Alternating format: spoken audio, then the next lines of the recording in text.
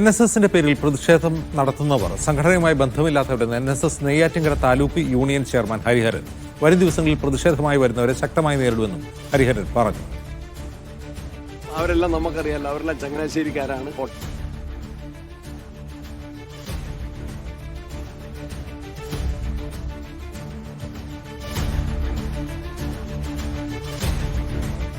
NSSുമായുള്ള കൂടിക്കാഴ്ചകൾ സൗഹൃദ സന്ദർശനങ്ങളെന്ന് KPCC president Sunny Joseph. NSSുമായുള്ള സൗഹൃദം ബലപ്പെടുത്തുമെന്നും അദ്ദേഹം പറഞ്ഞു. നേതാക്കളുടെ സന്ദർശനം വ്യക്തിപരമാണെന്നും ചർച്ചയ്ക്ക് ആരെയും വിലക്കിയിട്ടില്ലെന്നുമായിരുന്നു സതീശന്റെ പ്രതികരണം.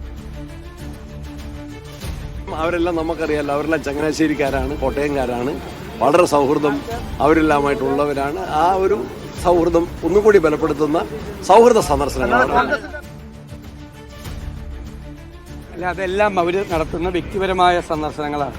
ഈ UDF നേതൃത്വമോ കോൺഗ്രസ് നേതൃത്വമോ SNDPയുടെ ആസ്ഥാനത്തോ NSSന്റെ ആസ്ഥാനത്തോ അല്ലെങ്കിൽ ഏതെങ്കിലും സമുദായ സംഘടനകളുടെ അടുത്ത് ഒരു നേതാവും പോകുന്നതിന് വിലക്കിയിട്ടില്ല, ഒരർത്ഥത്തിലും വിലക്കിയിട്ടില്ല. കാരണം അവരെല്ലാവരുമായിട്ട് ഞങ്ങൾ നല്ല ബന്ധത്തിലാണ്. ഒരാളും പോകുന്നതിന് തടസ്സമില്ല. അവരെല്ലാവരും നടത്തിയിരിക്കുന്നത് വ്യക്തിപരമായ സന്ദർശനം. KR സാജു വിവരങ്ങളുമായി ചേരുന്നു. സാജു, ഇതുവരെയുള്ള അനുനയ നീക്കം എത്രമാത്രം വിജയകരമാണ്? NSS നേതൃത്വം ഈ അനുനയ നീക്കം തുടങ്ങിയതിന് ശേഷം കോൺഗ്രസിനെ അങ്ങനെ പരസ്യമായി തള്ളിപ്പറഞ്ഞിട്ടില്ല, അല്ലെങ്കിൽ കോൺഗ്രസ് നേതാക്കൾ അങ്ങോട്ട് വരുന്നതിനെ തടഞ്ഞിട്ടില്ല എന്നത് തന്നെ വിജയമാണ് എന്നാണ് കോൺഗ്രസ് അനൌദ്യോഗികമായി വിലയിരുത്തുന്നത്. ഇപ്പോൾ നടക്കുന്ന ചർച്ചകൾക്കൊന്നും തന്നെ ഔദ്യോഗിക സ്വഭാവം നൽകാൻ കോൺഗ്രസോ UDFോ ആഗ്രഹിക്കുന്നില്ല.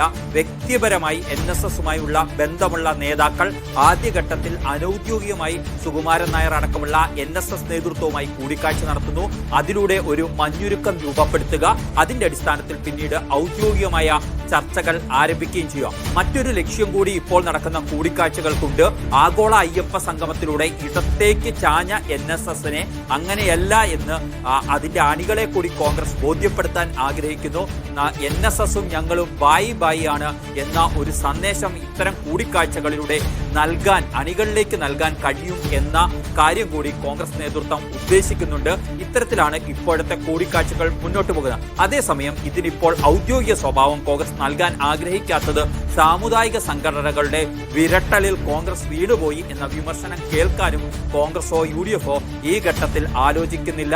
ഒരു സമവായത്തിലേക്ക് കാര്യങ്ങൾ എത്തിയ ശേഷം കൂടുതൽ ചർച്ചകൾ ഔദ്യോഗികമായി നടത്താം എന്ന ഒരു നിലപാടും രീതിയുമാണ് ഇപ്പോൾ കോൺഗ്രസ് സ്വീകരിച്ചിരിക്കുന്നത്. അതിന്റെ കൂടി ഭാഗമായിട്ടാണ് ഇന്നത്തെ KPCC അധ്യക്ഷന്റെയും പ്രതിപക്ഷ നേതാവ് VD സതീശന്റെയും ഒക്കെ പ്രതികരണത്തെ നമ്മൾ കണക്കിലാക്കേണ്ടത്. അതായത് ഇത് ഔദ്യോഗിക ചർച്ചയാണെന്ന് അവർ സമ്മതിക്കുന്നില്ല, പക്ഷേ NSSുമായി നല്ല സൗഹൃദം കോൺഗ്രസിനുണ്ട്. കോൺഗ്രസ് അത്തരം ചർച്ചകളെ ഒന്നും വിലക്കിയിട്ടില്ല എന്ന് പരസ്യമായി പറയുക, അതായത് കൂടുതൽ നേതാക്കൾ NSSുമായി പോയി സൗഹൃദം സ്ഥാപിക്കട്ടെ, അല്ലെങ്കിൽ അവർക്കുണ്ടായിരുന്ന സൗഹൃദങ്ങൾ കൂടുതൽ ശക്തിപ്പെടുത്തട്ടെ, അതിലൂടെ പ്രശ്നങ്ങൾ പരിഹരിക്കാം എന്ന ലക്ഷ്യം കൂടി കോൺഗ്രസ് നേതൃത്വത്തിനു ഉണ്ട് താനും. ശരി സാജു.